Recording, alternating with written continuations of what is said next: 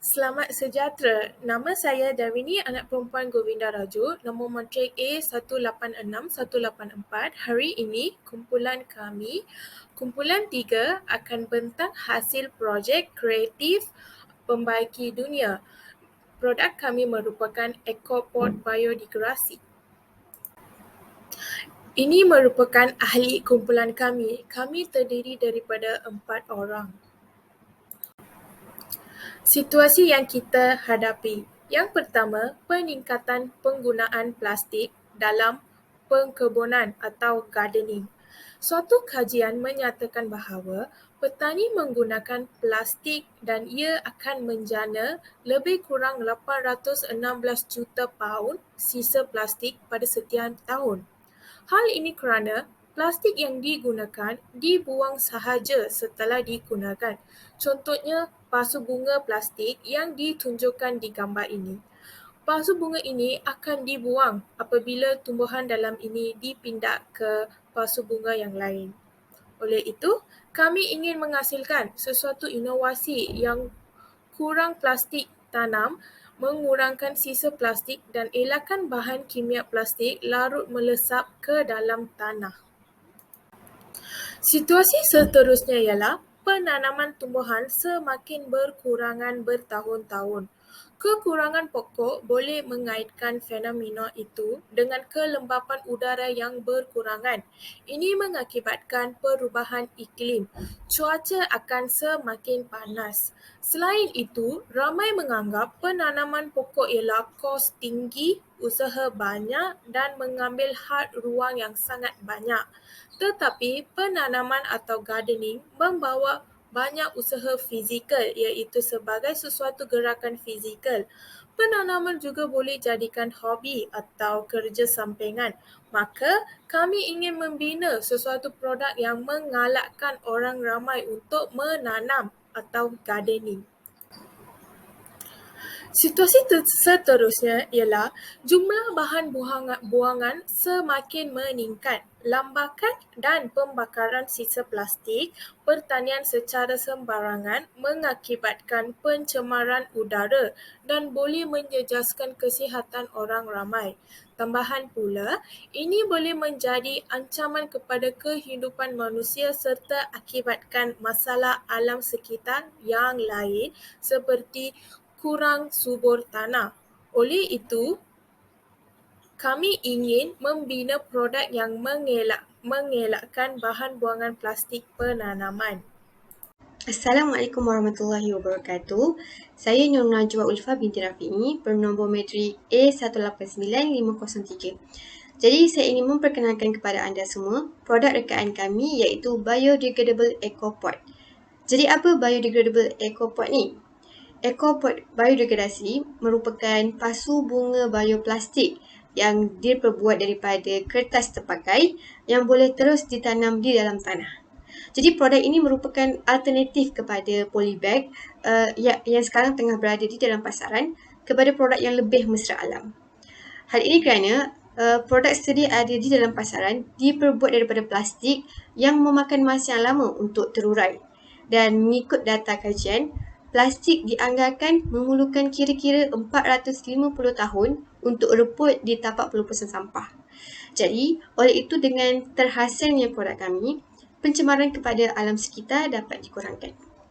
Bahan utama yang digunakan untuk membuat produk ini adalah kertas, tepung ubi kayu, air dan juga cuka. Selain itu, produk ini juga mempunyai ciri-ciri yang ringan, kukuh strukturnya, mudah dihantar dan juga murah untuk dibuat dan dijual.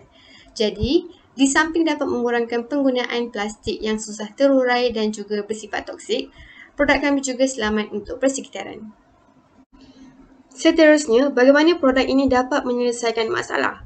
Di sini saya telah menyenaraikan 4 kebaikan berkenaan produk ini, iaitu yang pertama, produk ini adalah bersifat mesra alam.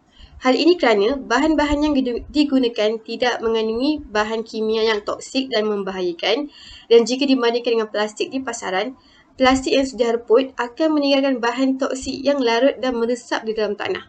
Hal ini akan mencemarkan nutrisi tanah dan menjejaskan rantaian makanan kita. Yang kedua adalah mengurangkan penggunaan plastik pakai buang. Untuk makluman, lebih daripada 1 trilion beg plastik digunakan pada setiap tahun di seluruh dunia. Jadi penggunaan plastik yang banyak akan mengancam kehidupan. Contohnya seperti penyu di laut boleh lemas disebabkan tertelan plastik yang disangkanya ubu-ubu.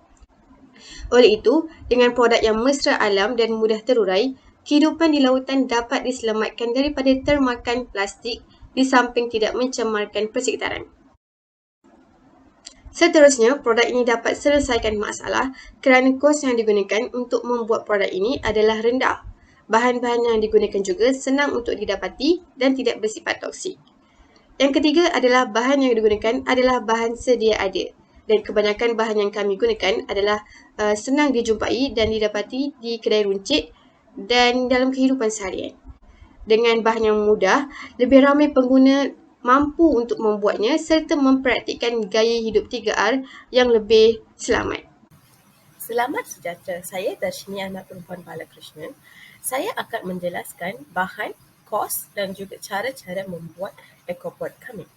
Bahan yang diperlukan untuk membuat ekopod kami ialah air, tepung ubi kanji, cuka dan juga kertas yang telah diparut. Cara membuat ekopod kami merangkumi 6 langkah. Langkah pertama ialah parut atau koyak kertas-kertas yang telah diguna pakai. Langkah kedua, sediakan bahan-bahan seperti cuka, tepung ubi dengan air. Langkah ketiga, panaskan kuali dan campurkan semua bahan. Langkah keempat, panaskan semua bahan dengan haba yang minimum. Langkah kelima, sapukan sebatian tepung ubi kayu bersama kertas atas acuan periuk. Langkah keenam, biarkan kering bawah matahari selama 2 jam ataupun semalam.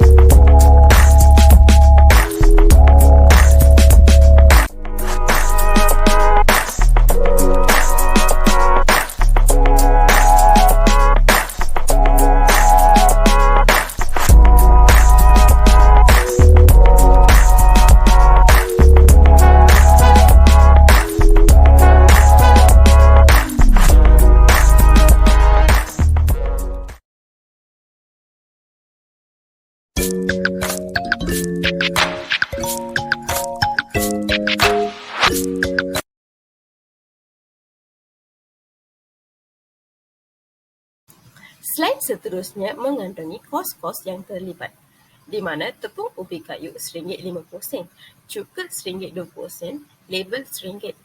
Jumlah bagi kos kasar satu ekopod ialah RM4.10.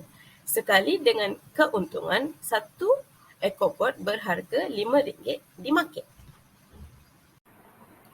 Hai, saya Subita Vashni anak perempuan Subramaniam. Hari ini saya ingin membentangkan tentang halangan yang dihadapi untuk lahirkan projek ini.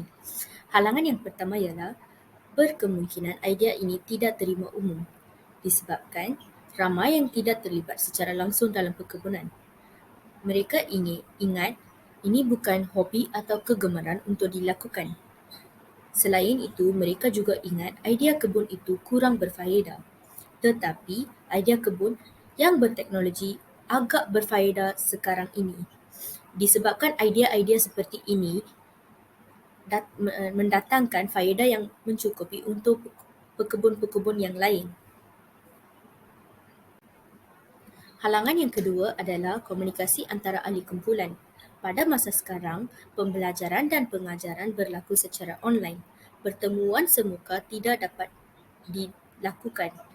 Oleh kerana itu, kami ambil masa yang lama untuk mendapatkan idea disebabkan komunikasi antara ahli kumpulan agak lemah. Selain itu, bahan-bahan untuk membuat produk ini adalah susah untuk dicari disebabkan kami berada di college. Disebabkan kami berada di college juga, kami agak susah untuk membuat produk tersebut. Kesimpulannya, ekopod adalah semata-mata untuk menjadikan proses berkebun ini menjadi lebih hijau. Sejak penggunaan plastik semakin meningkat dalam berkebun, orang ramai akan bersedia untuk menanam lebih banyak tumbuhan dengan EFP ekopod kami.